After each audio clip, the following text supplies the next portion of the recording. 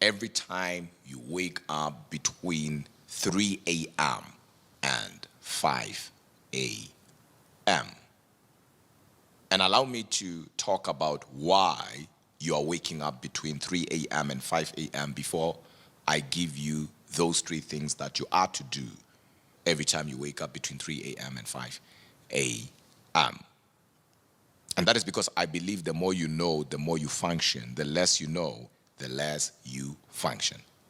You are waking up between 3 a.m. and 5 a.m. not by mistake.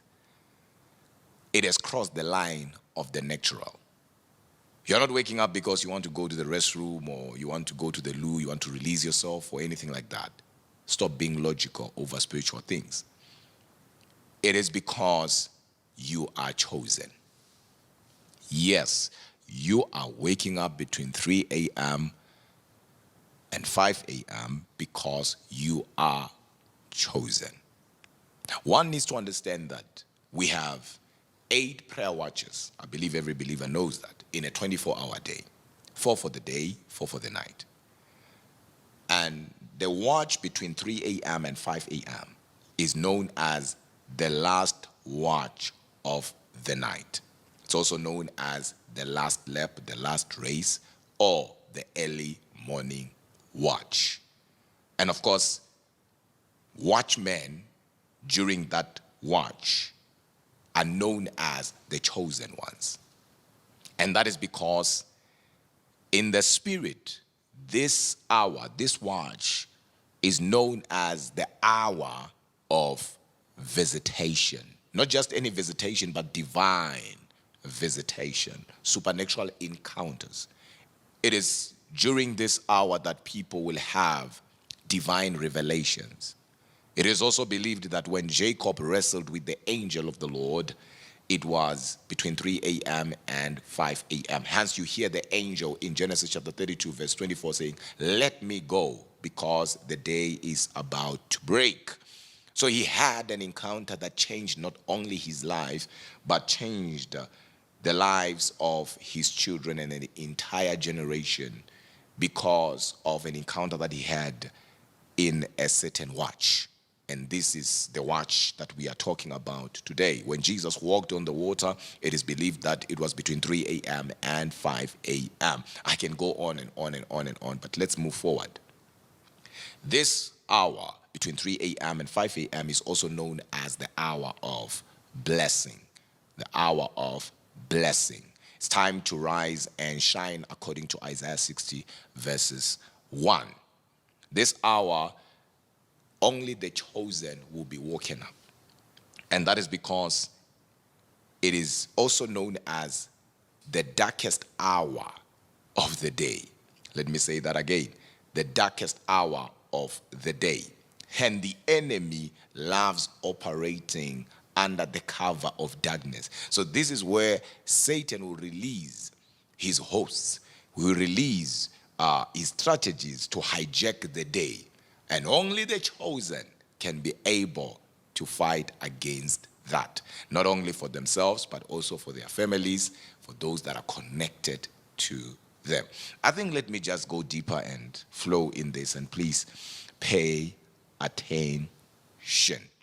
So as a watchman, it is very important for you to do your duties. Meaning, it is important for you to make sure that what God has put in you is done accordingly. And that is the assignment that God has put in you. Remember, God does not attach his assignment to your flesh, to your mind, but to your spirit. Right? Hence, you're waking up is because your spirit knows who you are in God. Your mind might not know, but your spirit knows who you are.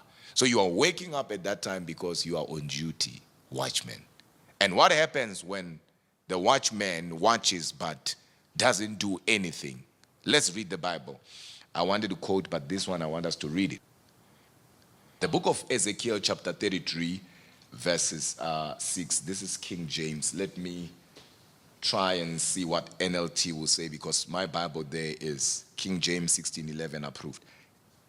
Let's see what NLT will say to us. NLT reads, "But if the watchman sees the enemy coming and doesn't sound the alarm, the trumpet, to warn the people, he is responsible for their captivity.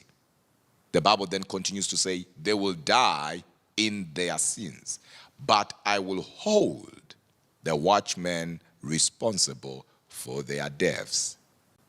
Pay attention now. It's not the wise men who killed them, murdered them, but God is not holding the enemy responsible, but the watchman. That tells you that the watchman is a gatekeeper. The watchman's responsibility is bigger than what we think. That if lives are lost, God will come back and look for the watchman and hold the watchman responsible. Some of you don't understand that your inability to watch will cause distraction, not only in your life, but also in the lives of those that are connected to you. And some of you are called to watch over a generation. That the whole generation will begin to walk in the light of God because of you. Will begin to walk in truth because of you. Hence, it is important for you to take what we are talking about serious. Especially if you know, no jokes around it, you always wake up between 3 a.m. and 5 a.m. and you did not know why. The answer is simple. You are chosen and you are a watchman. Now, the first thing that you need to do, last dream before waking up. Why your dream is because God speaks through dreams. And once you remember your dream, you will then know what to pray for. Because the mistake that chosen people, watchmen, make is to put prayer above the voice of God. And they end up praying in vain. And they end up shooting in blanks. But if you pray, yet you know what God is saying you should pray for, then you are praying from the victory point. And I believe it is important for you to hear me and hear me very well. So you need to remember your last dream. Why, Apostle?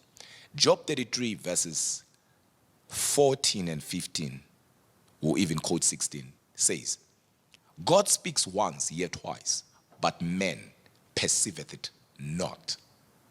Verse 15 says, in a dream, in a vision of the night, when deep sleep falleth upon men. Verse 16 then God says, then it says, he opens, who? God, opens the ears of men and seal their instruction for the day. Meaning every time one wakes up from a dream, one wakes up from their sleep, they already have the instruction of the day. Can you believe that? Can you believe that? They already have instructions of the day. Hence, it is important for you not to ignore your dreams. It is important for you not to take for granted your dreams, because God speaks through dreams. So the moment you remember your dream, I know that there are people who are saying, but I don't understand my dreams. That's because dreams are symbolic. Not every dream is clear. Some dreams are spiritual dreams. Some dreams are spiritual visions. Some dreams are prophetic dreams, as much as we have new opinion kind of dreams, right? So not every dream will be clear as to this is what you need to do from here to here. But then you need to perceive. That's what the Bible says, God speaks once, yet twice, but men perceiveth it not. The word perceiveth it not there is the word unable to interpret what God is saying. Hence, you need to study the meaning of spiritual dreams, so that at the end of the day, you yourself know exactly what a dream that involves animals, lions, colors, numbers mean, so that you are not somebody who's everywhere but not anywhere, because God is talking to you, but you need to be able to decode that which was encoded into your spirit. So the first thing, you remember the last dream you had before waking up, and then you pray accordingly. You then pray accordingly. Because some people will be praying for their marriages, yet God is saying your marriage is not under attack. What is under attack is your finances. What is under attack is your spiritual life. What is under attack is your baby in 3 weeks from now. What is under attack is your job, is your business in 4 years from now. That's why prayer is the only thing that can go to the future and wait for us. And we see that in the book of John chapter 17 when Jesus prayed for those that will still believe in his name. So when you pray after hearing the voice of God, you are not going to pray in vain. So praying without knowing exactly what to pray for and praying in the physical, I'm not talking about praying in tongues, a different level altogether, you will end up praying in vain because you are shooting in blanks. You might be addressing an issue that needs not to be addressed. So that is the first thing. Try and remember your dream and pray accordingly. The second thing is to meditate. Let's say you wake up between 3 a.m. and 5 a.m. You can't remember your dream. You don't know what to do at that moment. Meditate. Don't force yourself back to sleep. Don't. You are a watchman. You are chosen. Something is going to happen sooner or later that God himself wants you to minimize, stop, or even change. So don't force yourself back to sleep, okay? So you are to alter something. So when you meditate, it's just that a lot of people, when you talk about meditation, they think, they conceptualize the act of meditation. No. It's big. You ponder. That's why the word meditate is the word hagar.